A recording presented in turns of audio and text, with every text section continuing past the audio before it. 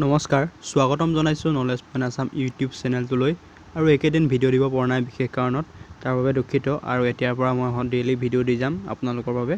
আৰু এটা গুৰুত্বপূৰ্ণ খবৰ, অসমত পুনৰ হ'ব বৃহত্তৰ নিযুক্তি প্ৰক্ৰিয়া। আৰু ৩৮,৩০০টা পদ বৰ্তমানলৈকে খালী হৈ আছে, যি ২৬,০০০ পদ সেয়া দিয়াৰ পাছতো গ্ৰেড 3 আৰু গ্ৰেড 4ৰ পদ খালী হৈ আছে।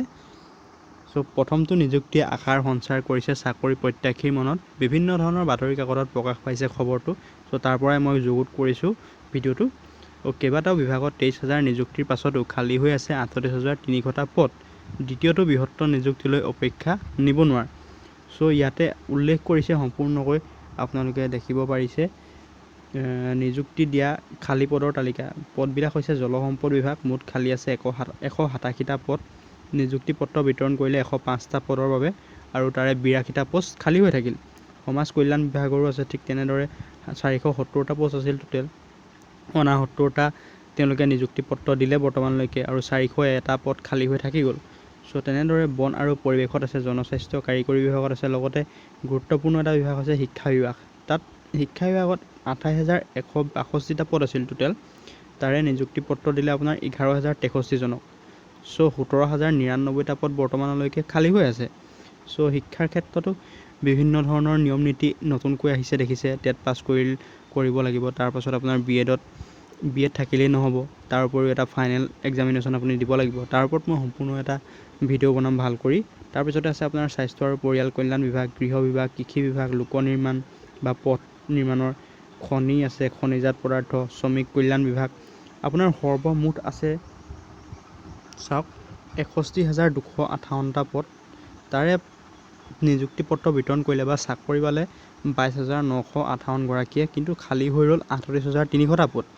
সেই ৩৮,৩০০টা পদৰ বাবে আকৌ পুনৰ এক নিযুক্তি অসম চৰকাৰে পৰীক্ষা পতাটো নিশ্চিত। তাৰ বাবে আপোনালোকে প্ৰিপেৰেশ্যন কৰি থাকক, পঢ়াটো এৰি নিদিব, চাই থাকক, পঢ়ি থাকক। গ্ৰেড 3 আৰু গ্ৰেড 4 সকলোৱে আবেদন কৰিব পাৰিব। গ্ৰেড 4ৰ বাবে আপোনালোকে অষ্টম শ্ৰেণীৰ পৰা মিনিমাম অষ্টম শ্ৰেণী আৰু মেক্সিমাম আপোনাৰ দ্বাদশ শ্ৰেণীলৈকে উত্তীৰ্ণসকলে পাৰিব এপ্লাই কৰিব। আৰু তাৰ ওপৰত যিবিলাক গ্ৰেড 3 পদ হ'ব, তাৰ বাবে স্নাতক আৰু স্নাতকোত্তৰ বিচাৰিব। লগতে কম্পিউটাৰ আপোনাৰ চাৰ্টিফিকেট লাগিব। কম্পিউটাৰ যদি কোনোবাই কোৰ্চ কৰা নাই বৰ্তমানলৈকে, কোৰ্চটো কৰি ল'ব। কম্পিউটাৰ পোষ্ট ভালেখিনি আহিব। এটা সুখবৰ আপোনালোকৰ সকলোৰে বাবে, গ্ৰেড 3 আৰু গ্ৰেড 4 পোষ্ট যিহেতু ওলাব, ৩৮,৩০০টা পদ যিহেতু খালী আছে।